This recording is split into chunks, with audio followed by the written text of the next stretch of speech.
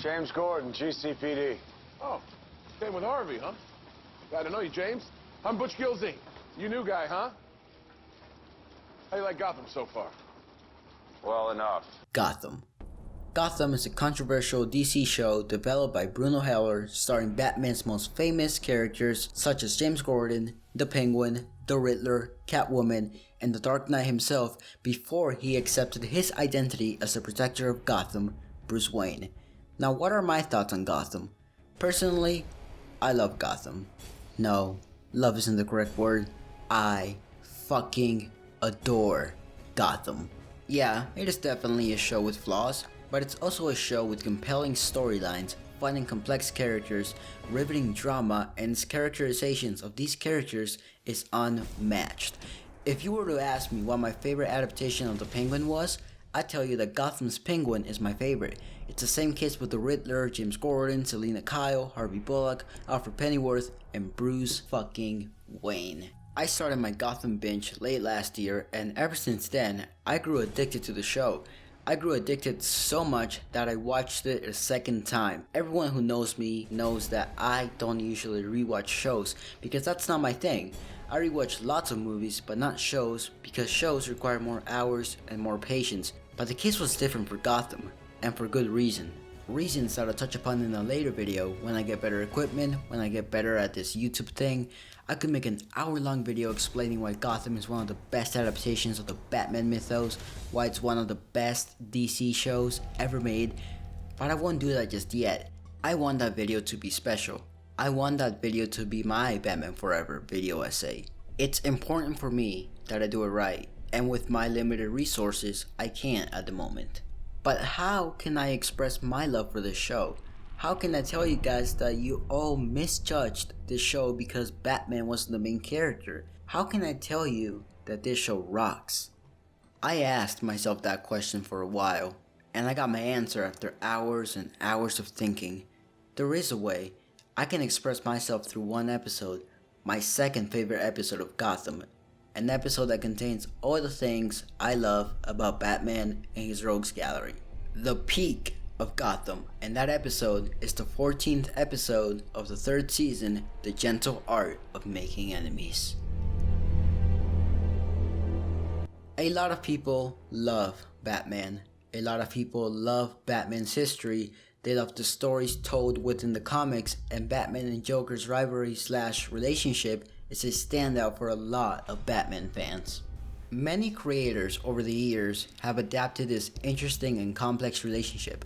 A lot of them have succeeded. A lot have shown the audience why Batman and the Joker are some of the best fictional characters. But in my opinion, none have done as good of a job as Gotham. Jerome and Jeremiah Valeska are the Jokers of this show.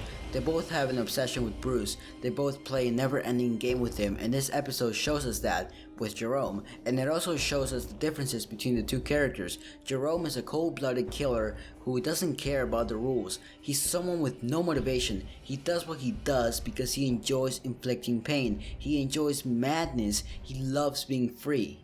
Bruce, on the other hand, is a compassionate person. He's driven by tragedy. He's driven by the death of his parents. He's someone who values the sacredness of human life. Someone who does things by the book because he cares. Bruce Wayne believes in people. He believes in Gotham no matter how many times the city proves that it's infected with toxicity, hate, and selfishness. Bruce believes that there is light at the end of the tunnel, while Jerome believes life is meaningless. All you can do is have a little fun while you're around. Bruce and Jerome share a scene where they discuss their beliefs. Jerome tries to convince Bruce that there's nothing he can do. There's no reason why he should play the hero. There are good people in Gotham.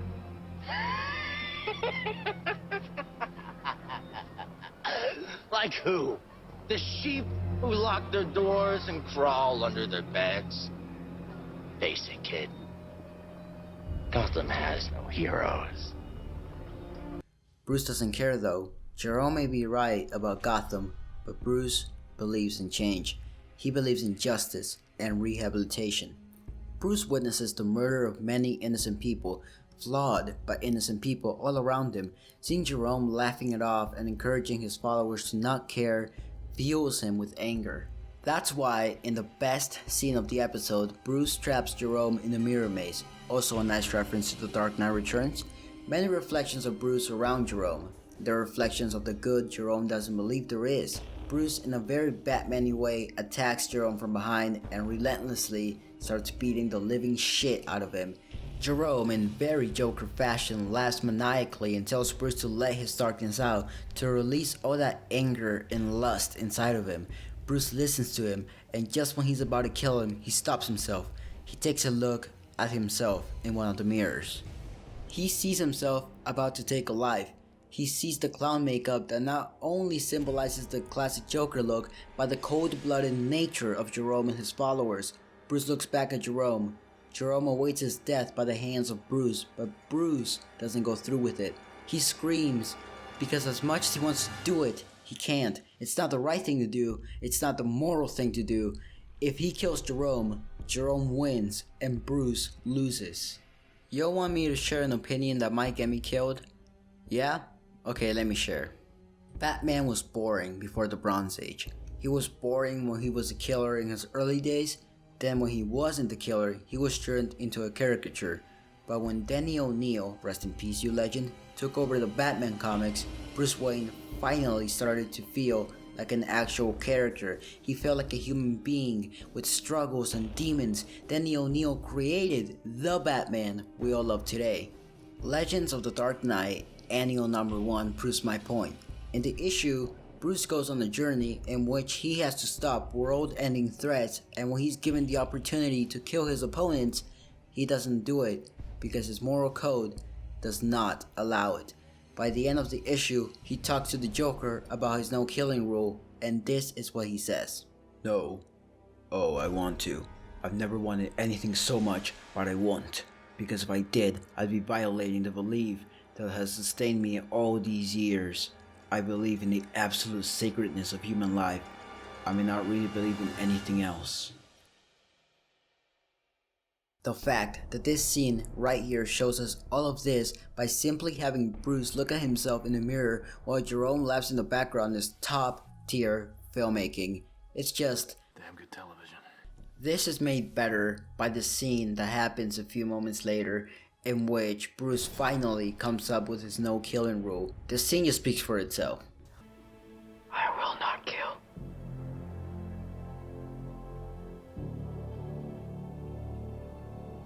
Say it again. I will not kill. And let's get to work.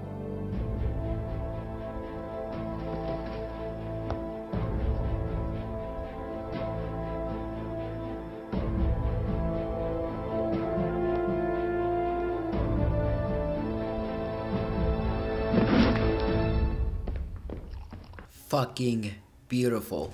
That is Bruce Wayne. That is the goddamn Batman. This episode and these scenes also infuriate me because of the people that say this is a bad Batman adaptation, that Bruce sucks in this show, that this show ruins the Batman mythos, and that is just so fucking wrong.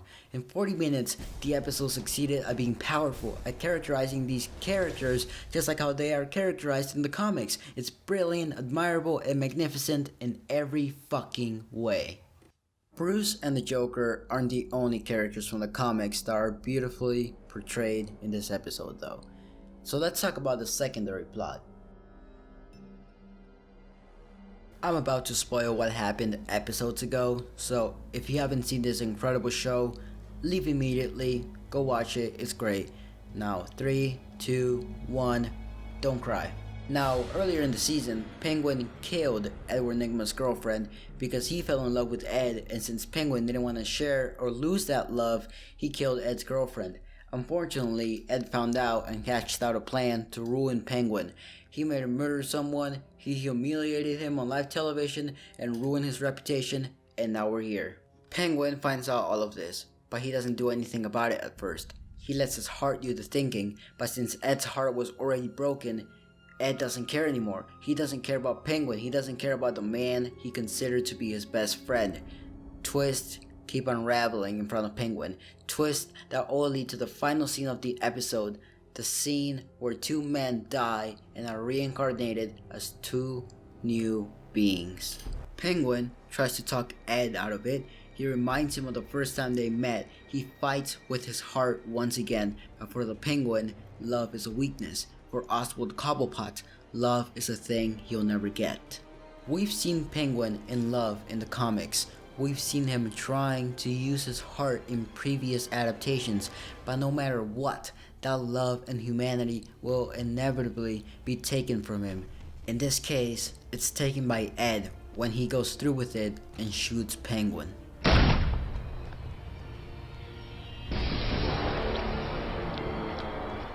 Penguin falls to the bottom of the river, bleeding from his heart as he sees his love, his killer, watching him die from above. This is what causes Penguin to be crazier in the next 2 seasons. This moment right here is the birth of the heartless criminal the Penguin is known to be. This isn't just a big moment for the Penguin, but it's also the moment for Edward Nygma. Shooting Penguin gets rid of Edward's humanity. In that moment, a new entity is born, an entity that must move on and become the someone Penguin was talking about. When I met you, you were a nervous, jittery loser. You were nothing. I created Edward Nygma, and I am the only one in the world who truly sees you as you are. Who you can still become. In this moment, Edward Nygma is no more, and the Riddler is born.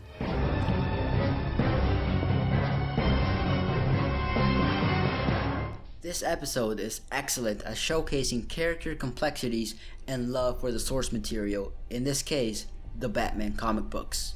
As a huge Batman fan, Gotham makes me happy. It's so satisfying seeing Batman being portrayed as a hero with morals and not some sick bastard that shoots people.